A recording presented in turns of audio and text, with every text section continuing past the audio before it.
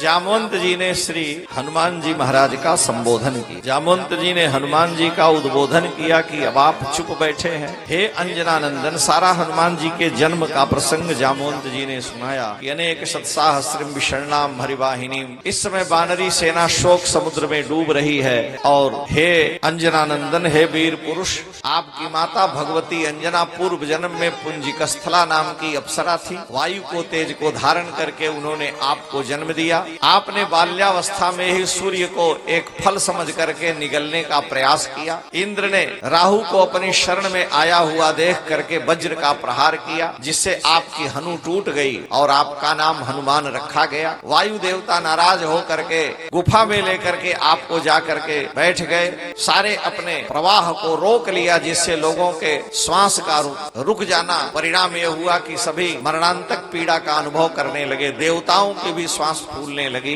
ऐसी दशा में आपको मनाने के लिए ब्रह्मा से लेकर के सभी देवता आए और हे अंजनानंदन, सबने आपको वरदान दिया। तो आपको अपने बल का स्मरण करना चाहिए, क्योंकि आप भगवान श्री राम के अनन्य प्रपन्न शरणागत भक्त हैं। काशी में एक हनुमान जी, जहाँ गोस्वामी तुलसीदास जी को दर्शन दिए, संकट मोचन श्री हनुमान जी महाराज का मंदिर है। हिंदू विश्वविद्यालय के पास में है। वहीं से तुलसी घाट नजदीक है, जहाँ तुलसीदास जी बाद में निवास किए। तो संकट मोचन हनुमान जी का प्रतिदिन नियमित, किसी दिन कहीं बाहर गए तो बात अलग है, उनको कथा सुनाते थे श्री राम नारायण शुक्ल जी। राम नारायण शुक्ल जी अयोध्या में हमारी परंपरा के, हमारे गुरुदेव के गुरु भाई के शिष्य श्री वेदांती जी महाराज, और प्रतिवर्ष रामनवमी में अयोध्या आते। और हम लोग हनुमान जी का काशी में 8-10 वर्ष रहे, दर्शन करने जाएं तो उनकी कथा लोग सुनने के लिए आगे बैठते थे। लेकिन जब लोग ये कह दें कि हनुमान जी का चरित्र सुनाइए, तो जो आगे बैठे रहते थे 10 कदम पीछे भाग जाए, क्योंकि उनको इतना आवेश आता था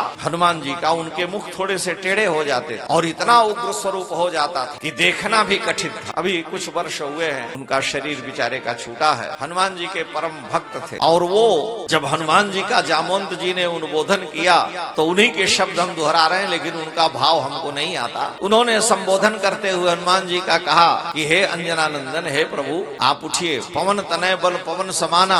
हनुमान जी, आपका बल वायु के समान है और आप भगवान के कार्य के लिए शांत बैठे हैं। हनुमान जी कुछ नहीं बोले, शांत बैठे रहे। उन्होंने कहा कि आप बुद्धि विवेक और बल के निधान हैं। आप में अनंत बल है, बुद्धि है, विवेक, और आपको भगवान के कार्य के लिए उठना चाहिए। हनुमान जी सुनो, लेकिन वो नहीं सुने। उन्होंने कहा कौन ऐसा कार्य है जो आप नहीं कर सकते। हनुमान जी फिर भी चुप हैं, ध्यान ही में लगे हैं। जो नहीं होई तात तुम पाही, सुन करके भी अनसुना कर दी। वो उद्बोधन करते गए। वो तो जब बोलते थे तो एकदम वीर रस भी पीछे हो जाता। और बाद में उन्होंने कहा राम काज लगी तव अवतारा। हे हनुमान जी, आपका अवतार श्री राम जी के कार्य के लिए हुआ है। तो सुनते ही भयऊ हनुमान जी पर्वताकार हो गए। वानरों ने पूछा, इससे पहले मौनी बाबा बन के बैठे थे और अब आप पर्वताकार शरीर धारण कर लिए। हनुमान जी ने कहा कि हमें आत्मश्लाघा प्रिय नहीं है, मैं अपने प्रभु के कार्य के लिए आया। हमारे में बल कितना, हमारा ज्ञान कितना, हमारा विज्ञान कितना, इससे हमको क्या लेना। अपने मुंह मियां मिट्ठू बनना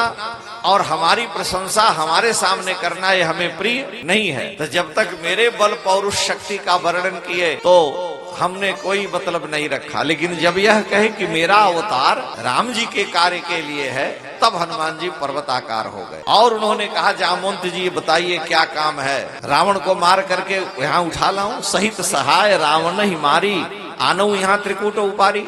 आप बताइए क्या करें। बड़े विस्तार से हनुमान जी के इस पराक्रम का वर्णन। जामवंत में पूछो तो ही उचित सिखावन दीजिए, आप हमें उचित शिक्षा दें। जामवंत जी ने कहा, उपद्रव कुछ नहीं करना, न रावण को मारना है, न लंका में और कोई झगड़ा तूफान करना है, क्योंकि आपके स्वभाव को हम लोग जानते हैं। इसलिए अरे भाई, बड़े बड़े ऋषि मुनि सिद्ध लोग थे और अंजना के पुत्र हनुमान जी सारे ऋषियों की हालत खराब कर दिए। किसी का लंगोटिया फाड़ देना, किसी का वस्त्र ले लेना, किसी के जटे पकड़ के उखाड़ लेना। ऋषि लोग परेशान हो गए। अंत में सबने शाप दे दिया कि इनको अपने बल का स्मरण नहीं रहेगा तब वो शांत हो। तो बड़े बड़े ऋषि मुनियों और ऋषि मुनियों ने देखा हमारा कोई प्रभाव इन पर पड़ेगा नहीं, क्योंकि जब ब्रह्मा का वरदान है, इनको इंद्र का वरदान है, सारे देवताओं का वरदान प्राप्त है। तो हम इनका कुछ बिगाड़ तो सकते नहीं, रोज नोचे, रोज घर छोड़े, रोज परेशान करें। हम लोग कल्पना करते हैं अयोध्या को देख करके कि जब अयोध्या में बानर और वृंदावन में इतना उपद्रव मचा रहे हैं, चश्मा लेके भाग जाएं, जूता लेके भाग जाएं, कितने बुद्धिमान हैं कि आप लड्डू दीजिए, कितना भी महंगा पेड़ा दीजिए, वो उसको छुएंगे ही नहीं। अगर फ्रूटी दे दीजिए तो लेके बड़े आनंद से पिएगा, चश्मा छोड़ दे। लोग कहते हैं कि बानर गंवार होते हैं। अच्छा, अब तो दोनों हाथ में जब फ्रूटी लेगा तब छोड़ता है चश्मा, पहले एक फ्रूटी लेकर के छोड़ देता था। मानो कुछ भी दीजिए वो नहीं स्वीकार करेंगे। अयोध्या में जितने के मकान में खर्च है उसका आधा खर्चा खाली जाल लोहा का लगाने में, और वो भी साल भर में हिलने डुलने लगता है। तो रावण के यहाँ कितना उपद्रव होगा, ये तो कलयुग की बात है। जब त्रेता रहा होगा तो आप कल्पना करिए कि आज से लगभग 200 लाख वर्ष पहले, 2 करोड़ वर्ष पहले क्या स्थिति रही हो। तो हनुमान जी ने जामुन जी से कहा, तो जामुन जी ने कहा कि इतना है करे उतात तुम जाई, कि सीता ही देख कहे उसुदिया। हनुमान जी ने कहा कि ठीक है। वीर बानर लोकस्य सर्वशास्त्र विदाम्बर, आप संपूर्ण शास्त्रों के ज्ञाता हैं। मारुतस्य उर्सः पुत्र तेजसा चापि तत्समः, वयमद्यगत प्राणा भवान अस्मा सुसाम्प्रतम, हम सबके तो प्राण निकलने वाले हैं, इसलिए दाक्ष विक्रम संपन्न कपिराजैवापर, आप सुग्रीव से भी अधिक बुद्धि में श्रेष्ठ हैं, आप हम सबके प्राणों की रक्षा करें, हमारे प्राण आपके अधीन हैं। हनुमान जी ने जामुंद जी से कहा कि ठीक है, आप सभी हमारी प्रतीक्षा करें कि मैं अति शीघ्र आऊंगा। तो सभी वानरों ने, जामुंद आदि ने हनुमान जी का मंगला शासन किया कि हनुमान जी भगवान के कार्य के लिए जा रहे हैं, मंगल हो, शुभ हो। और फिर हनुमान जी पर्वताकार शरीर धारण करके और एक पर्वत के शिखर पर चढ़ गए और वहां से छलांग लगाते हैं। यहीं से वाल्मीकि रामायण शुरू है, सुंदरकांड। ततो रावण नीताया सीताया शत्रुकर्षण, ये शपथमन्वेष्टुम चारणाचरिते पथि, सूर्याय महेंद्राय पवनाय स्वयंभुवे, भूतेभ्यश्चांजलिं कृत्वा चकार गमने मतिम, आंजलिं प्रामुखम कुर्वन् पवनायात्मयोने, ततो ही बभ्रुधे गंतुम दक्षिणो दक्षिणाम दिशम।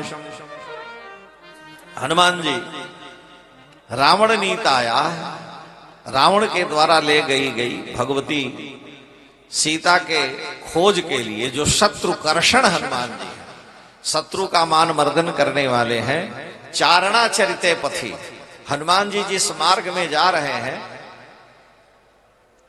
वह मार्ग सिद्ध चारण लोग जिस मार्ग में चलते हैं उस मार्ग से जा रहे हैं। अगर वो नीचे, अभी यहां वाल्मीकि में वर्णन है, समय की कमी है इसलिए हम उसका विस्तार नहीं किए कि किन किन पक्षियों का कितना कौन कौन सा मार्ग है। गौरैया है, ये सब पक्षी सबसे नीचे, उसके ऊपर कबूतर और जो अन्य पक्षी हैं वो उड़ते हैं, उसके ऊपर कौवा आदि उड़ते हैं। कौवे से ऊपर भी जो बाज चील है ये उड़ते हैं। बाज चील से ऊपर भी जो है ये पक्षियों की गीध की श्रेणी है। और जो गरुड़ के वंशधर गीध हैं वो उस मार्ग में चलते हैं जिस मार्ग में बड़े बड़े सिद्ध चारण लोग सबसे ऊपर रहते हैं। एक बार हम देहरादून से लखनऊ जा रहे, देहरादून से जयपुर जा रहे थे विमान में, तो 90 सीट का या 75 सीट का विमान था। इतना तेज हिला कि लगा अब प्राण बचना ही नहीं है, मरना। रोने लगे, हमारे साथ के बैठे हैं यहाँ, और उनको भी याद आने लगी। औरतें बहुत सी रोने लगी, खोपड़ी जाके ऊपर लड़ गई। छोटा विमान था। बाद में हमने अकेले में पूछा, बाद में उसी से, ये बताइए कि हम लोग पैसा तो वही दिया इसमें प्राण लेने के लिए, इतना छोटा विमान। कहा महाराज ये यात्रियों के कारण है, और ये विमान उससे बहुत नीचे चल रहा है। वो 30,000 फीट पर है तो 20,000 फीट पर है, तो यहाँ वायु का प्रकोप रहता है, झंझावातों का डर रहता है, और ऊपर में शांत रहता है वायु, मेघ से ऊपर में। अब हम क्या, हम तो वही शीशे के जानकार नहीं है। तो हनुमान जी सोचे नीचे रहेंगे तो बहुत से जीव जंतुओं की हिंसा हो जाएगी, अगर हमारा वेग चलेगा तो पक्षी, चील, कौआ आदि सब मेरे वेग के कारण कहीं गिर न जाए, समुद्र में मर न जाए। और सिद्ध चारण के मार्ग में जब चलेंगे तो उस मार्ग से उड़ान भरते हुए कोई बाधा भी नहीं होगी, और साथ ही बड़े बड़े सिद्ध ऋषि मुनियों का आशीर्वाद भी मिलता रहेगा कि भगवान के काम के लिए जा रहे हैं। इसलिए महर्षि अनुग्रह करते हैं कि चारणा चरिते पथि, सिद्ध चारण जिस मार्ग पर चलते हैं, ये पदम अन्वेष्टुम, उसी मार्ग से श्री हनुमान जी महाराज भगवती सीता के अन्वेषण के लिए जा रहे हैं। यह अलग मार्ग है। गरुड़ जी का मार्ग अलग है, हंस का मार्ग अलग है, गीध का मार्ग अलग है। देवताओं की जाति के जो सिद्ध चारण हैं उनका मार्ग अलग है। चारयंती आचार्यंती धर्मानिति चरणा पूर्वाचार्या तई आचरितई पथई, ये भी अर्थ है। जो धर्माचार की लोगों को शिक्षा देते हैं वो चारण है। इसलिए टीकाकारों ने लिखा कि आचार्यंति धर्मा इति चारणा, जो धर्म का आचरण करके लोगों को उपदेश देते हैं वो चारण है। और उनके द्वारा चलित जो मार्ग है, जिस मार्ग पर वो चलते हैं उस मार्ग से हनुमान जी जा रहे हैं। इसका मतलब क्या है कि महाजनो जैन गतः सपंथा, हमारे पूर्वज जिस मार्ग से गए, जिस धर्म का मेरे पूर्वजों ने पालन किया, हमको उसी मार्ग पर चलना चाहिए। वैष्णव धर्म, शैव धर्म पर चलना चाहिए। अब आजकल दादुर पंथी, घीसा पंथी और दुनिया भर के पंथ हो गए। तुलसी ने तो बहुत डांटा कि दम्भिन निजमति कल्प कर प्रकट किए बहुपंथ, नाना प्रकार के पंथ प्रकट हो गए और सब लोग अपना अपना चमत्कार दिखाते हैं। और दुनिया ऐसी मूर्ख है। एक आए थे सज्जन, उन्होंने कहा कि सतयुग आएगा, 1 बीघा खेत में 100 कुंटल चावल होगा और 100 कुंटल का जो है 100 बोरा नहीं हुआ। वो चिल्लाते चिल्लाते मर गए, सबको महंगा कर दिया। हम लोगों को फ्री में टाट मिलता था, अब टाट कोई खरीदने पर भी नहीं मिलता, इतना महंगा हो गया। वो सतयुग लाते रहे, मर के चले गए, कलयुग नहीं गया। इस तरह से एक लोग आए। कुछ लोग कहते हैं कि अश्वमेध यज्ञ और फलाना यज्ञ कुछ नहीं, ये सब बेकार है। घोड़े का एक चित्र बना करके जितनी सड़ी गली लकड़ी है दुनिया भर की लिया को स्वाहा स्वाहा कर दिए। शास्त्र कहता है तिल जौ। अरे भाई, जो मनुष्य का आहार है वही आहार देवता को होना चाहिए। हम खाते हैं काजू किशमिश बादाम मुनक्का छुहाड़ा दाख, और हमारे यहाँ जो आया उनको सड़ी हुई खिचड़ी दे दिए, गिले पानी जैसे पियो, ये स्वागत हुआ। तो देवताओं के लिए तो दिव्य पदार्थ जाना चाहिए। इसलिए देवताओं का दिव्य जो दैवी सृष्टि भगवान की है, तिल है, जौ है, चावल है, गेहूं आदि तो विश्वामित्र की सृष्टि है। तो दैवी सृष्टि का देवताओं को भोग, जो गौ माता है, जो होम धेनु है, उनका पदार्थ भगवान देवताओं को भोग लगाना चाहिए। अन्न में आने की कोटि अलग है, लेकिन जितना पाप एकादशी को चावल खाने से लगता है उतना गेहूं खाने से नहीं लगता। क्योंकि सारे शास्त्र एक स्वर में चिल्ला के कहते हैं कि एकादशी को पाप अन्न में ही निवास करता है। उसमें अन्न का जहां विवरण दिया गया उसमें सबसे पहले चावल की ही गणना आई है। नेपाल में ऊपर के क्षेत्रों में हमने देखा है कि लोग कुट्टू आदि नहीं खाते एकादशी को, आटा गूंद करके गेहूं का और उसकी पूड़ी बना करके फलहार करते हैं। तो जहां की जैसी व्यवस्था हो, लेकिन चावल कोई नहीं छूता है। जिनका मूल आहार चावल वो नहीं लेते हैं। तो हमारे यहाँ ऋषियों की सृष्टि है, मानवों की सृष्टि है, दैव सृष्टि है और भगवत सृष्टि है। तो भगवत सृष्टि जो शास्त्र सम्मत है उसके अनुसार आचरण करना चाहिए, वही ग्राह्य है। तो सिद्ध चारण आदि लोग जिस मार्ग से हमारे पूर्वाचार्य चले हैं, हम उसी मार्ग पर चलें। हमारे पिता वैष्णव थे, शैव थे, भगवान रामकृष्ण की आराधना करते थे। और तुम क्या करते हो? कहा कि हम दादुर पंथी हैं, हम घीसा पंथी हैं। घीसा पंथी में बस सतनाम सतनाम करते हैं, रोरंग जपते हैं। इतने बड़े मूर्ख हैं संसार में। ते कुएं में भांग पड़ी है। हम ये नहीं कह रहे हैं कि आप कहीं जाइए। आपके पूर्वज पिता पितामह प्रपितामह जो वैदिक है, जो मार्ग शास्त्रीय है, हमें उस मार्ग का आश्रय लेना चाहिए। तो कलयुग में इसका प्रभाव होता है। जिम पाखंड बादते लुप्त हो सदग्रंथ, पाखंडवाद की प्रबलता है और पाखंड को पहचानना बड़ा कठिन होता है। क्योंकि जो पाप के खंड खंड कर दे उसको पाखंड कहते हैं। पाप तो पहाड़ जैसे है, लेकिन उसको इतना चूर चूर करके टुकड़ा कर दिया कि अगले को सूझता ही नहीं कि ये पाप है कि पुण्य है। तो हनुमान जी जिस मार्ग से जा रहे हैं, चारणा चरिते पथि, बड़े बड़े चारण यानी आचार्यंती धर्मान इति चारणा, जो धर्म का उपदेश करते हैं, धर्म का आचरण करके लोगों को शिक्षा देते हैं, वो हमारे पूर्वज सदगुरु माता पिता हैं। उस मार्ग पर हम लोग चलें। तो महाजनो जैन गतः सपंथा, स्वयं धर्म का आचरण करते हैं और उसका उपदेश भी करते हैं। हनुमान जी महाराज इंद्र देवता, पवन देवता, ब्रह्मा आदि की स्तुति करते हुए आगे बढ़ते हैं। तुलसी ने प्रत्येक कांड में श्लोक के बाद, वंदना के बाद दोहा सोरठा लिखा, और उसके बाद चौपाई से प्रारंभ करते हैं। और यहाँ न दोहा लिखा न सोरठा लिखा, सीधे जामवंत के वचन सुहाए। तो तुलसी से लोगों ने पूछा, रामायणी लोग सुनाते हैं कि आप यहाँ दोहा सोरठा कुछ नहीं लिखा। कहा दोहा सोरठा विश्राम के लिए है, और जब हनुमान जी पर्वताकार शरीर धारण किए तो राम काज कीन्हे बिनु मोह, कहाँ विश्राम। पहले ही सो करके नींद भर ले तो 4 दिन जगना है, ऐसा थोड़े ही है। अरे कार्य कर लेंगे तो भरपेट सोएंगे जो कुछ हो। इसलिए जामवंत के वचन को सुनते ही हनुमान जी बड़े वेग से चले और कहते हैं कि यथा राघव निर्मुक्ता शरह श्वसन विक्रम, जैसे वायु के समान भगवान के बाण चलते हैं।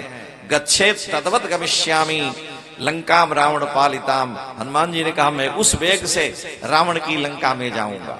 तुलसी इसी का अनुवाद करते हैं। जिमि अमोघ रघुपति करबाला, जिमि अमोघ रघुपति करबाला, जिमि अमोघ रघुपति करबाला, जिमि अमोघ रघुपति करबाला, तेरी भांति चलो हनुमान, तेरी भांति चलो हनुमान। यथा राघव निर्मुक्ता श्वसन, यथा राघव निर्मुक्ता शरह श्वसन विक्रम, गच्छेत तद्वत गमिष्यामि लंकाम रावण पालिताम। हनुमान जी ने कहा कि मैं राम जी के बाण की तरह से जाऊंगा। लोगों ने पूछा कि राम जी के बाण की तरह जाने का क्या मतलब है। हनुमान जी ने कहा जैसे श्री राम का बाण अव्याहत होता है, उसका मार्ग कोई रोक नहीं सकता, वो लक्ष्य का भेदन करके ही वापस आएगा, उसी तरह से मेरी गति को सृष्टि में कोई रोक नहीं सकता है। यक्ष किन्नर देवता सभी आ जाएं, मैं श्री राम के बाण की तरह से जाऊंगा। जैसे श्री राम का बाण उसी तरह से मैं कार्य करके ही लौटूंगा। बिना कार्य किए राम जी बाण को छोड़ते हैं तो लक्ष्य का भेदन करके पुनः उनके तर्कस में वो आ जाता है। इसलिए मेरी यात्रा व्यर्थ नहीं होगी। तीसरा कारण है, हनुमान जी जा रहे हैं तो कह रहे हैं कि जैसे राम जी का बाण कहीं दिखता है कहीं नहीं दिखता है, राम जी का बाण कहीं दृश्य है कहीं अदृश्य होता है, उसी तरह से कहीं मैं छोटा कहीं बड़ा बन करके चलूंगा। चारणों के मार्ग पर जाऊंगा तो नीचे के लोगों को दिखाई नहीं देगा, और कभी कभी सिंहिका और मैनाक आ जाएंगे तो नीचे भी आ जाएंगे, तो कभी दिखेंगे, कभी जहाज जब नीचे आता है तो दिखने लगता है, और जब ऊपर जाता है तो आवाज भले आवे दिखाई नहीं देता है। इसलिए हनुमान जी कह रहे हैं कि भगवान के कार्य के लिए छोटा से छोटा बनना पड़े तो भी ठीक, और बड़ा से बड़ा बनना। राम जी का बाण त्रैलोक्य में जहां चाहे वहां जा सकता है, संकल्प से शब्दवेदी बाण है। उसी तरह से मैं स्वर्ग में, पाताल में, मृत्युलोक में जहां भी भगवती सीता होंगी, केवल लंका में नहीं, पता लगा करके ही आऊंगा। जैसे राम जी का बाण अनंत कार्य करता है, तो मैं भी केवल लक्ष्य का पता लगा के नहीं, उसके साथ साथ वहां का पराक्रम, प्रभाव सब पता लगा करके आएंगे। श्री राम जी का बाण बिना लक्ष्य के नहीं जाता, जब तक लक्ष्य कोई नहीं निर्धारित होगा। परशुराम जी ने राम जी से कहा कि हे प्रभु, हम आपकी शरण हैं। राम जी ने कहा अब तो बाण चढ़ गया तो शरण क्या है, अब बताइए इससे क्या करें, आपका प्राण लें ये अपराध बनेगा। अब 2 चीजें इसके बाद आपके पास शेष हैं, एक तो आपका पुण्य है और दूसरे आपकी गति है। तो परशुराम जी ने कहा कि सारा पुण्य ले लीजिए, ठीक है इस बाण से, लेकिन गति मत लीजिए। यानी कहने का मतलब यह है कि राम जी का बाण अगर धनुष पर चढ़ गया तो बिना लक्ष्य के वो जा नहीं सकता। तो हनुमान जी कह रहे हैं कि मैं राम जी के बाण के रूप में लक्ष्य हूं, इसमें मेरा कोई प्रभाव नहीं है, मैं तो बाण रूप में हूं, मेरे राघव ही चला रहे हैं और राघव जहां चाहे वहां भेजें, मैं तो उनका एक किंकर परायण किंकर हूं।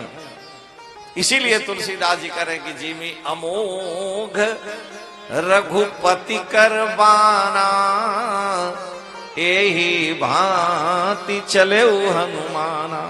समुद्र की प्रेरणा से बीच में मंद श्री मैनाक पार्वती जी के भाई मैनाक पर्वत आए।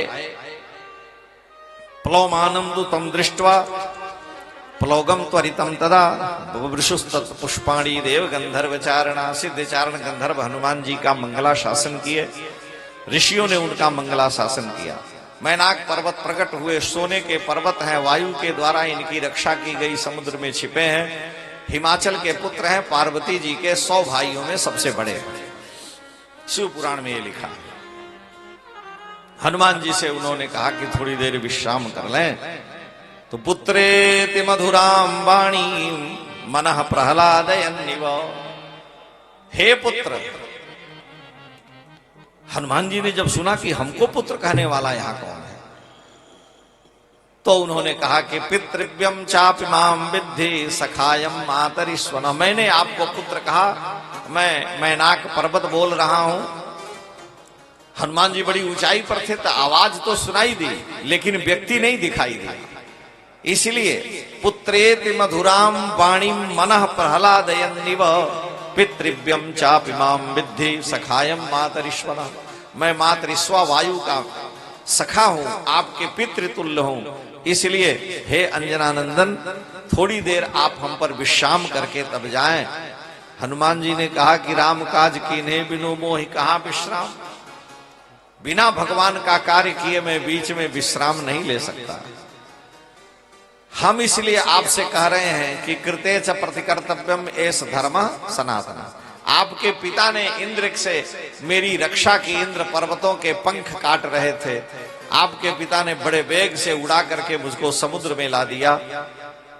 मेरी गति से मैं भाग नहीं पाता और मैं समुद्र में सुरक्षित हूं। जब चाहूं ऊपर आ जाऊं और जब चाहूं समुद्र में रहूं। हनुमान जी ने कहा तो ऊपर ही आप रहते, अब तो इंद्र का काम पूरा हो गया, वो आपको आना चाहिए। कहे सब लोग नोच के उठा ले जाएंगे। भारतीय लोग अगर मिल गए तो एक भी सोना हमारे ऊपर का छोड़ेंगे नहीं, और नहीं तो पूरा नरक बना देंगे। भाई दिव्य वस्तुएं अगर आज प्रकट हो जाएं तो संसार का प्राणी भगवान की कृपा का अनुभव न करके लूट खसोट करने लगेगा। लोग कहते हैं महाराज ऐसे ऐसे दिव्य मंत्र हैं, उन दिव्य मंत्रों का आज उन दिव्य मंत्रों का प्रयोग हो तो चमत्कारी बाबा लोग हो जाएंगे। भूत प्रेत झाड़ने से लेकर के और दुनिया भर की अभी कोई आ जाए ऐसा चमत्कारी तो पैर रखने की जगह नहीं मिल जाएगी, मिल सकती है। क्योंकि सारे के सारे संसार के लोग दुखी हैं। तो कलिकाल में महापुरुष भगवत इच्छा से उन दिव्य शक्तियों को लेकर के गुप्त कर देते हैं, और फिर जब सतयुग आएगा तो दिव्य मंत्र शक्तियां सब प्रकट होंगी। लेकिन कलिकाल के प्राणी में वो सामर्थ्य नहीं है कि उन दिव्य शक्तियों को, दिव्य मंत्रों को धारण कर सके। उसमें वो शक्ति ही नहीं है, क्योंकि जितना संयम, जितना तप होना चाहिए वो है नहीं। इसलिए मैं समुद्र में छिपा हुआ हूं। हनुमान जी ने उनका स्पर्श किया और वहां से आगे बढ़े। जब वहां से आगे बढ़े तो हिरण्यनाभ शैलेंद्र परितुष्टमोस्ते वृषम। हे सुवर्ण की नाभि वाले, मैं तुमसे प्रसन्न हूं। हनुमान जी आगे गए तो देवताओं ने हनुमान जी की परीक्षा के लिए सुरसा को भेजा। सुरसा ने हनुमान जी के आगे जितने वेग से उड़ रहे उतनी वेग से ही वो यहाँ आकार छोटा करके फिर बड़ा आकार में जाने लगे। सुरसा ने आके मार्ग रोक लिया। जगामाकाश माविश्य बेगेन गरुणोपमा, गरुण की तरह से जा रहे थे।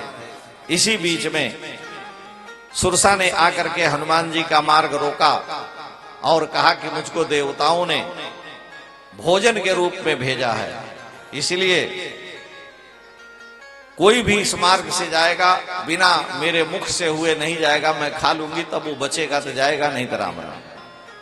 तो हनुमान जी ने कहा कि ठीक है भाई। बहुत प्रयास किए लेकिन वो नहीं मानी। तो हनुमान जी ने कहा कि ठीक है, मैं राम जी के कार्य के लिए जा रहा हूं। अथवा मैथिलीम दृष्ट्वा रामम चाक्लिष्ट कारिणम आगमिष्यामिते वक्त्रम सत्यम प्रतिशृणोमिते। मैं सत्य की शपथ खा के कह रहा हूं कि राम जी का कार्य करके तुम्हारे मुख में प्रवेश कर जाऊंगा, तुम खा लेना। लेकिन उसने कहा कि नहीं, प्रविष्टोस्मि ते वक्त्रम दाक्षायणी नमोस्तुते। अब वो अपना मुंह खोली, हनुमान जी ने कहा ठीक है, खाई लो। जैसे जैसे सुरसा बढ़ाई, वाल्मीकि में क्रम है कि 10 योजन, हनुमान जी 20 योजन, 30 योजन थे 40 योजन, 50 योजन थे 60 योजन, और अंत में सुरसा ने 100 योजन का अपना जब मुंह बनाया तो अति लघु रूप पवन सुत लीना। हनुमान जी छोटा रूप धारण करके उसके मुंह में गए, सारी नाक में, सारे शरीर में घूम करके कान से बाहर आ गए। अभी वो मुंह बंद करती उससे पहले ही बाहर आ गए। भाई ये मनोजवम है, सुरसा मनोजवम है नहीं, दैवी शक्ति से भी परम तेज हनुमान जी का है। उसके मुख से अंदर से बाहर आ गए, उन्हें जान लिया कि बड़ा बुद्धिमान है। और हनुमान जी को आशीर्वाद देते हुए कहा कि आप जाओ, राम जी का सारा कार्य करोगे, राम काज सब करी हो, तुम बल बुद्धि निधान। सुरसा से विदा होकर के हनुमान जी आगे बढ़े तो उन्होंने देखा कि मेरी गति अवरुद्ध हो गई है। कपिराज्ञाय था ख्यातम सत्वम अद्भुत दर्शनम छायाग्राही महावीरियम तदिदम नात्र संशय।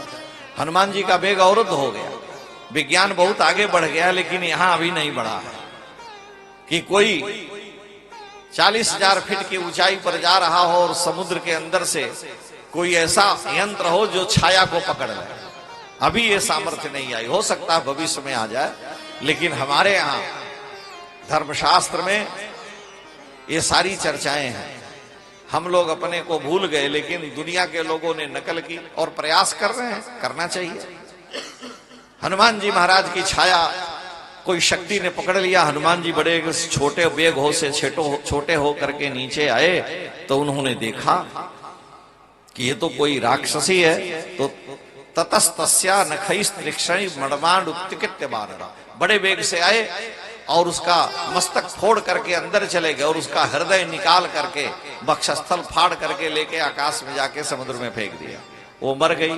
तुलसी केवल इतना ही लिखते हैं कि ताहि मारी मारुत सुत वीरा, ताहि मार मारुत सुत वीरा, पारि पार गयो मति धीरा, पारि पार गयो मति धीरा।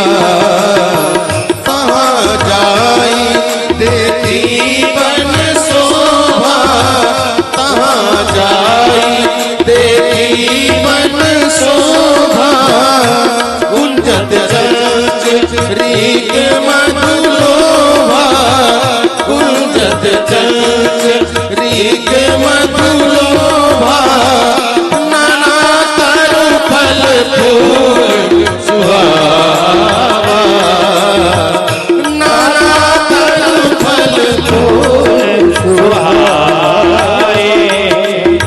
खग मृग वृंद देखी मन आए, खग मृग वृंद देखी मन आए।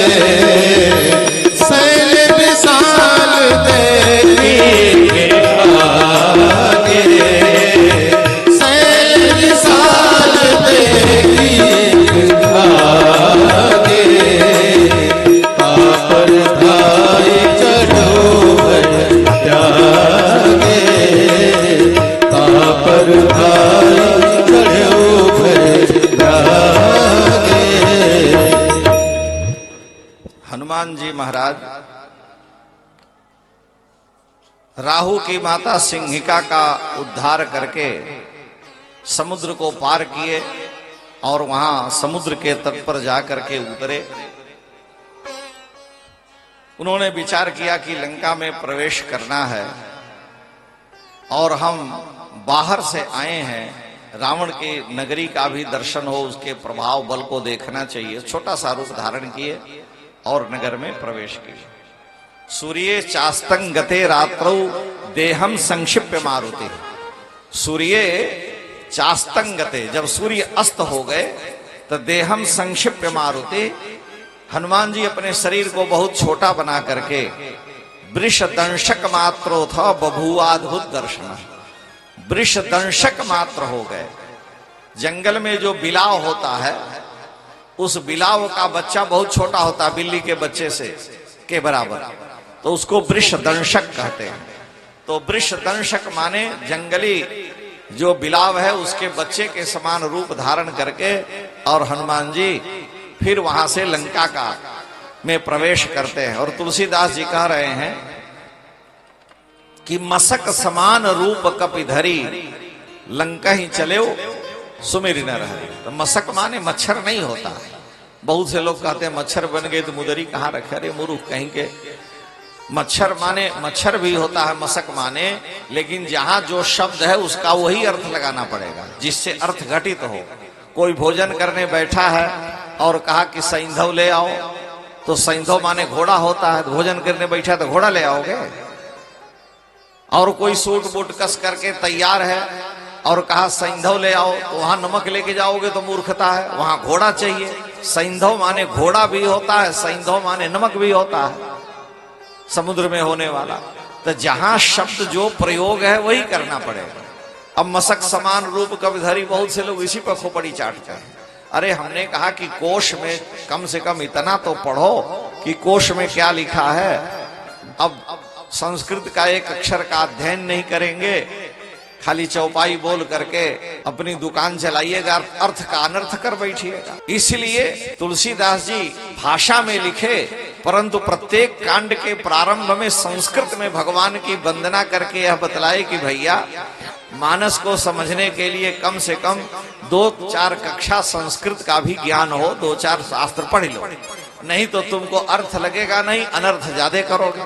मसक का अर्थ कर दोगे मच्छर, तो मुदरी कहाँ रखाई, यही कहोगे कि लक्ष्मण जी निज जननी के एक कुमारा ता सुतात तुम प्राण आधारा।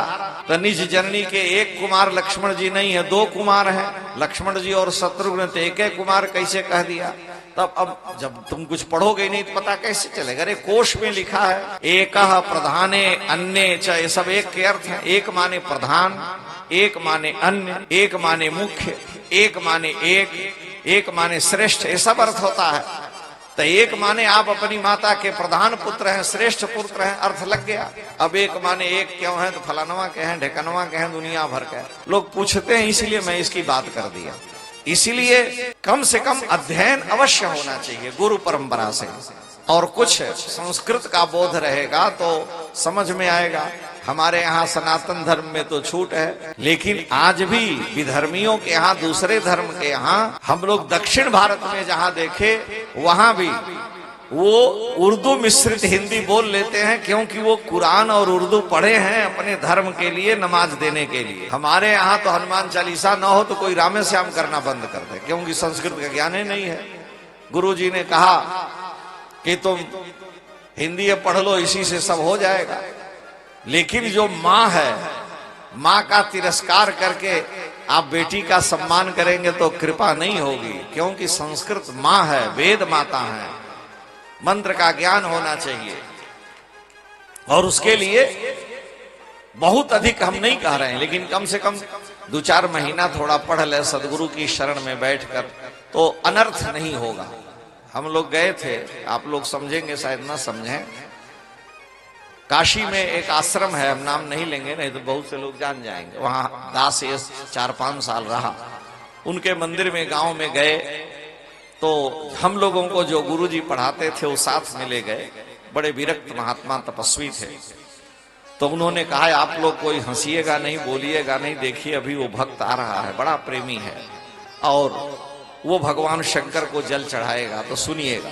तो आया और जल चढ़ाने लगा। हम 5-7 लोग बैठे थे, तो हिंदी नहीं बोले, संस्कृत है, वो बोलने का प्रयास कर रहा।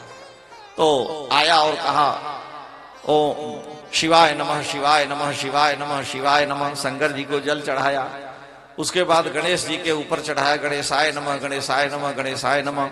उसके बाद पार्वती जी के ऊपर जल चढ़ाया, जो मूर्ति बनती है। तब उसके बाद उसका तो अर्थ नहीं आता था, तो पार्वती जी आए नमः, श्री पार्वती जी आए नमः। हनुमान जी थे तो कहा हनुमान जी आए नमः, हनुमान जी। अब यही बोलने लगा वो, हम लोगों का पेट दर्द करने लगे। कहने का मतलब शिवाय नमः ठीक है और गणेशाय नमः ठीक है, लेकिन हनुमते नमः करना पड़ेगा। वहां हनुमान जी आए कर दिया, पार्वती जी आए कर दिया, अर्थ का अनर्थ कर दिया। लेकिन भाव है, हमारे यहाँ जो लिखा है कि भावग्राही जनार्दन, मूर्खो बदति विष्णाय, मूर्ख कहता है विष्णाय, मूर्खो बदति विष्णाय, विद्वान बदति विष्णवे, और विद्वान कहता है विष्णवे। उभवो भायो ऐक्यम, दोनों का भाव एक है, क्योंकि भावग्राही जनार्दन, जनार्दन भाव के ग्राही हैं। लेकिन कल्पना करें लाख में करोड़ में कोई उस भाव से भगवान को जल चढ़ाता होगा। सभी लोग अभावे से जल चढ़ाते हैं कि लड़का हो जाए, एक रुद्राक्ष दे दिया, 1100 रुपए ले लिए कि अब आप स्वर्ग सीधे पहुंच जाओगे, सब काम पूरा हो जाएगा, पढ़ने लिखने कोई जरूरत नहीं है, भाव से बिलपत्र चढ़ा दो। अब बताइए, तब तो सारे जितने भी कोचिंग है, स्कूल है, सब छोड़ दीजिए, डिग्री अपने आप मिल जाएगी, 4 बिलपत्र चढ़ा दीजिए। अब ये सब जो है एकदम लकीर के फकीर। और कहा जाए कि जो बोल रहे हैं पंडित जी 2-4 श्लोक शिव पुराण का सुनाइए तो एक लाइन नहीं बोल सकते, तो ये कुएं में भांग पड़ी है। हमारा निवेदन इतना ही है कि हम लोग कम से कम थोड़ा बहुत, हम अधिक नहीं कह रहे हैं, इतनी संस्कृत का ज्ञान हो कि हमको कोई मूर्ख न बना सके, हम अपने मंत्रों तक को याद कर सके। ओम नमः शिवाय जैसे यहाँ मंत्र आदि का उच्चारण हो रहा था, ऐमात्मा ब्रह्म प्रज्ञानम ब्रह्म अहम ब्रह्मासि तत्त्वमसि, ते 5-6 अक्षर के मंत्र जब आप शुद्ध पढ़ेंगे तो होगा, नहीं पढ़ेंगे तो अर्थ का अनर्थ करेंगे। हनुमान जी ज्ञानी नाम अग्रगण्य, ज्ञानी नाम अग्रगण्य मतलब मशक का अर्थ मच्छर भी है, लेकिन मशक का अर्थ बिल्ली के बच्चे के बराबर भी होता है, बिल्ली का बच्चा, जंगल बिलाव जो होता है। तो हनुमान जी सामान्य रूप धारण करके जब ज्यों ही छोटे रूप में गए तो तुरंत लंकिनी, जो लंका की अधिष्ठात्री देवी है, वाल्मीकि रामायण में लंकिनी का नाम नहीं है, लंका की शक्ति का नाम भी लंका है, और लंका नगरी का नाम भी लंका, नगरी का नाम भी लंका है, और नगरी की अधिष्ठात्री जो शक्ति है उसका नाम भी लंका है। तो हनुमान जी जब गए तो लक्ष्येण रूपेण रात्रौ लंकापुरी मया प्राप्त कालम प्रवेष्टुम में कृत्यम साधयितुम बरमहत। तो हनुमान जी जब गए तो लंका नगरी में गए, और उसी बीच में वो कहती है कि अहम ही नगरी लंका, आकार में प्रकट हो गई और कहती है कि अहम ही नगरी लंका, मैं ही नगरी लंका हूं। ये इतनी बड़ी व्यापक जो नगरी है उसका नाम भी लंका है, और मैं इस लंका की देवी मूर्तिमान, मेरा भी नाम लंका है। स्वयमेव प्लवंगम, और हे बानर तुम छोटे से बन के आए हो, सर्वतः परिरक्षामि अतस्ते कथितम मया, मैं सारे नगर की रक्षा करती हूं, मैं लंका की अधिष्ठात्री देवी हूं। कातुम विरूप नैना पुरद्वारे वतिष्ठ से, हनुमान जी को देखा कि ये तो हमको पकड़ लेगी, उसने डांटा, कस्तुम केन चकारेण यह प्राप्त बना लिया, अरे वन में विचरण करने वाले बानर, तुम कैसे इस नगरी में प्रवेश करना चाहते हो। हनुमान जी की निंदा किया उसने, किमर्थम चाप माम क्रोधान निर्भर से दिबारुणा। हनुमान जी ने कहा भाई तुम क्यों नाराज हो रही हो। तो उसने कहा कि मैं राक्षस राज लंका के राजा रावण की आज्ञाकारिणी दासी हूं, और मैं ही लंका देवी हूं, और मैं लंका की शक्ति भी हूं, इसलिए मैं इस नगर की चारों ओर से रक्षा करती हूं। हनुमान जी ने कहा कि हे देवी, लंका के जितने महल हैं, परकोटे हैं, अट्टालिकाएं हैं, वन उपवन हैं, मैं उनको देखना चाहता हूं, इसकी सुंदरता का मैं दर्शन करना चाहता हूं, मैं लंका का दर्शन करके लौट के चला आऊंगा।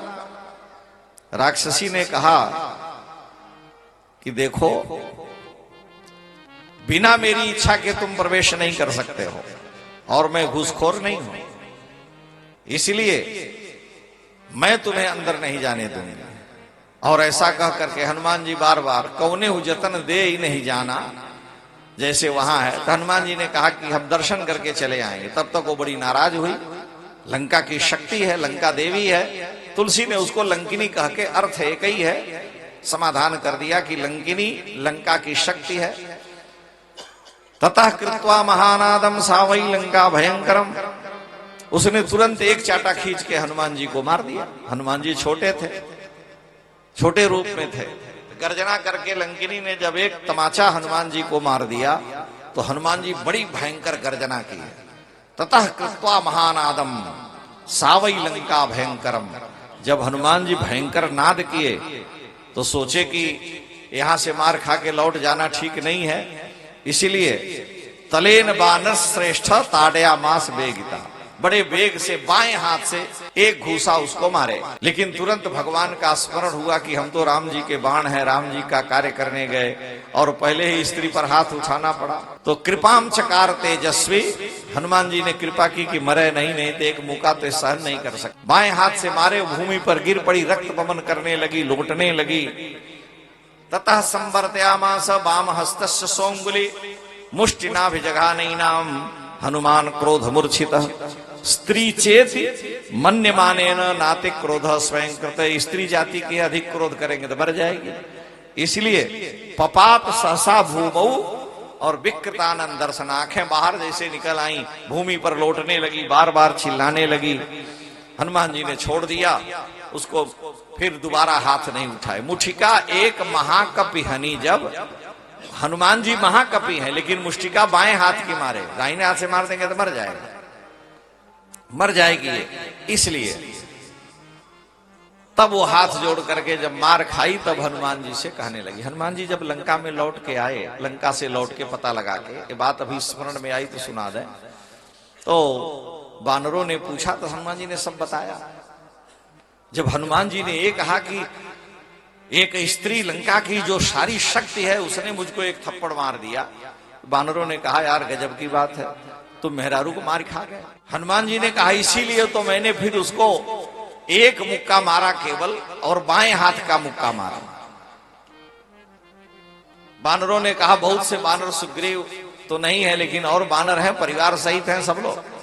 हनुमान जी ने कहा कि इसीलिए मैंने बाएं हाथ का एक मुक्का मारा, तो स्त्री को मारना है तो ठीक नहीं है। बानरों ने कहा तो तुमने उचित नहीं किया है। तो हनुमान जी ने कहा अगर उसने एक चाटा हमको मारा और हम मार खा के आगे तुम लोग कह रहे हो कि स्त्री ने मार दिया, और अगर उसकी मार खा के हम उसको बदला नहीं देते तो तुम लोग यही कहते कि किसी काम लायक नहीं है, औरत का मार खा के चले आए। अच्छा चलो अपने घर की श्रीमती जी हो, दो चार चाटा मार दें तो चल जाएगा, लेकिन विदेशी औरत अगर हाथ उठा दे रावण के लंका की तो ये हम कैसे सहन कर सकते हैं। इसीलिए मैंने उसको मुक्का मारा। भाई घर में तो क्या हो रहा है श्रीमती जी श्रीमान जाने, तो वहां तो चल जाएगी लेकिन बाहर तो सहन नहीं किया जा सकता है। बहुत से रामायणी लोग कहते हैं कि हनुमान जी को उसने इसलिए मारा कि तुम बिना पासपोर्ट के लंका में कैसे आ गए, तुम्हारे पास कोई पहचान पत्र कार्ड नहीं है, कैसे आ गए। तो हनुमान जी ने सोचा कार्ड दिखाएंगे इसकी बुद्धि जो है शुद्ध हो जाएगी, इसको भगवान के धाम में भेजा जाए नहीं तो बुद्धि शुद्ध हो। क्योंकि कार्ड तो उनके मुख में स्वर्ण की मुद्रिका और राम नाम लिखा हुआ, यही सबसे बड़ा परिचय है। जिसके मुख में राम नाम है, तुलसी कहते हैं कि तुलसी जाके मुखन ते धोखे हु निकसत राम, ताके पग की पगतरी मेरे तन को चाम। मेरे शरीर का चमड़ा उतार करके जूता बना के उसको पहना दिया जाए, मेरा शरीर धन्य हो जाएगा। ये तो नाशवान है जो अपनी वाणी से राम राम करता है। इतना दैन नहीं। लंकिनी से हनुमान जी ने कहा कि तुमने हमको मारा क्यों। हनुमान जी ने कहा कि ये बताओ तुम लंका में आए हो किसका काम करने के लिए। कहे जानकी जी का पता लगाने, राम जी का कार्य करने के लिए। तो किसका ध्यान पूजा करके आए। हनुमान जी ने कहा तुम बताओ। उसने कहा लंका ही चले हो सुमिर नरहरि, तुम राम जी का स्मरण नहीं किए, नरसिंह का स्मरण किए कि नरसिंह ही राक्षसों का अंत कर सकते हैं, इसलिए मैंने एक थप्पड़ मार दिया। हनुमान जी ने कहा तब। तो लंकिनी कहती है कि नहीं, ब्रह्मा जी का वरदान भी मुझे याद आ गया और सब हमें स्मरण है। अब आप जाएं लंका में, लेकिन यहां से सावधान होके जाएं। क्या प्रविशि नगर की जय सब काजा, प्रविश नगर की जय सब काजा, हृदय राखी कौशलपुर राजा, हृदय राखी कौशलपुर राजा। उसने कहा श्री राम जी समर्थ हैं, वो अनंत ब्रह्मांड को क्षण भर में बना करके मिटा सकते हैं। इसलिए प्रविशि नगर कीजिए सब काजा, लेकिन हृदय राखी कौशलपुर राजा, अपने प्रभु को अपने हृदय में धारण करके जाइए। और वो कैसे हैं? तो शत्रु पक्ष की लंकिनी कह रही है कि श्री राम की कृपा का क्या प्रभाव है। गरल सुधारे पुकर गरल सुधारी पुकरहि मिताई, गोपद सिंधु अनल शीतलाई, गोपद सिंधु अनल शीतलाई, गरुड़ सुमेरु रेणु समताई, गरुड़ सुमेरु रेणु समताई, राम कृपा करि चितवा जाई, राम कृपा करि चितवा जाई। आप श्री राम के सामर्थ्य को नहीं जानते हैं। गरल सुधा जो विष है वो राम जी की कृपा से अमृत हो जाता है। जो शत्रु है वो मित्रता करता है। रघुनाथ जी की केवल कृपा का ही फल है। क्यों? राम कृपा करी चितवा जाही। जिसको रघुनाथ जी ने अपनी कृपा दृष्टि से देख दिया तो मूकम करोति वाचालम, पंगु उल्लंघयते गिरिम, पंगु लंघयते गिरिम। जाकी कृपा, जिस परमात्मा की कृपा से पंगु गिरि लंघय, अंधरे को सब कछु दर्शाई। इसलिए हे अंजनानंदन, गरल सुधा उसके लिए विष अमृत हो जाता है। और इतना ही नहीं, जो शत्रु है वो मित्र हो जाता है। गोपद सिंधु अनल शीतलाई, गोपद सिंधु गऊ के खुर के जल की विशेषता बढ़ती और समुद्र के बराबर हो जाता है। और अनल शीतलाई जो अग्नि है वो उसके लिए ठंडा हो जाता है। वो संदेश दे रही, इसमें रहस्य छिपा हुआ है कि आप जा रहे हैं तो हमारे इस सूत्र को याद रखना कि गरल सुधा रिपु करहि मिताई। ये सारी चीजें, इसका रहस्य है आगे सुंदरकांड वाल्मीकि में नहीं, रामचरितमानस। गरुड़ सुमेरु रेणु समताही, जो सुमेरु पर्वत है हे गरुड़ जी, वह उसके लिए रेणु धूल के कण के बराबर हो जाता है। किसके लिए? राम कृपा करी चितवा जाए। ये भगवान की कृपा का परिणाम है। और ऐसे अपने आराध्य, अपने इष्ट को तुम भूल करके नरहरि का स्मरण करके चले। इसीलिए मैंने आपको एक चाटा मार दिया। अब तुमने हमको क्यों एक चाटा मारा ये बताओ। हनुमान जी से लंकिनी ने पूछा। हनुमान जी ने कहा तुमको मैंने इसलिए एक चाटा मारा, तुम लंका की शक्ति हो, लंका की अधिष्ठात्री देवी हो। और रावण बड़े बड़े शास्त्र वेद वेदांत पढ़ा है। शंकर जी उसको उसके यहाँ पूजवाने और ब्रह्मा वेद पढ़ाने आते हैं। और ऐसे पंडित रावण की नगरी की तुम देवी हो, शक्ति हो और रक्षा करती हो, और तुम्हें नरसिंह का अर्थ ही नहीं मालूम। इसलिए मैंने तुमको एक मुक्का मारा। कहा क्यों? कहा नृसिंह माने श्री राम होता है। नृणाम सिंहा नृसिंहा श्री राम इत्यर्थ। और तुलसी ने लिखा है कि पुरुष सिंह दो वीर, हरसि चले मुनि भय हरन, कृपा सिंधु रघुवीर, अखिल विश्व कारण करण। तो निर्णाम सिंहा, मनुष्यों में जो सिंह है, जो पुरुष सिंह है, वो श्री राम है। तो हमने तुमको इसीलिए मारा कि तुम्हारी बुद्धि शुद्ध हो, कुछ पढ़ो लिखो। नृसिंह का अर्थ ये नहीं है जो तुम कह रही हो, वो भी अर्थ है, लेकिन हम अपने राम जी के अलावा किसी के आगे सिर नहीं झुकाते हैं। जिनके झुकाते वो भी मेरे राम जी ही हैं। हनुमान जी के लिए आया है, हनुमान नाटक में लिखा है। हनुमान जी कहते हैं कि रामा दंडम बदेत चेत, अगर राम जी का नाम छोड़ करके मेरी जीभ से दूसरा कोई नाम निकले, रामादन्यम बदेत चेत दशतु में जिह्वा काल रूपो फणिंद्र, साक्षात भगवान शेष काल रूप होके मेरी जीभ को काट लें। रामादन्यम बदेत चेत दशतु में जिह्वा काल रूपो फणिंद्र, रामाद अन्यम नमेत चेत, और अगर मेरा सिर श्री राम के अतिरिक्त और कहीं झुकता हो, रामाद अन्यम नमेत चेत, तो पततु में शिरसि काल रूपो प्रचंड, तो मेरे सिर पर काल का यमराज का विशाल दंड गिर जाए। मैं अपने आराध्य श्री राम का अनन्य प्रपन्न हूं, लेकिन तुमको इसीलिए मारा कि तुमने मेरे श्री राम के नाम को जाना नहीं। अरे भाई जी, अमोघ रघुपति कर बाना मैं चला हूं। लंकिनी ने कहा कि अब आप जाएं। प्रविशी नगर के जय सब काजा, प्रवेश नगर की जय सब काजा, विजय राधि कौशलपुर राजा, विजय राधि कौशलपुर राजा। हनुमान जी सारी लंका में गए, सारी लंका ढूंढ मारे, लेकिन कहीं भगवती सीता का पता नहीं। 2 बार 3 बार उन्होंने, एक बार रावण के महल में गए तो देखा कि ये स्त्री परम तेजस्विनी है। उसको देख करके आस्फोटयामास चुचुम्ब पुच्छम ननंद चिक्रीड जगौ जगामो, संभारोहन निपपात भूमौ निर्दर्शन स्वाम प्रकृतिम कपीनाम। हनुमान जी बार बार अपनी पूंछ पटकने लगे, किलकारी मारने लगे और कूदने लगे, इसलिए कि जानकी जी का मैंने दर्शन कर लिया।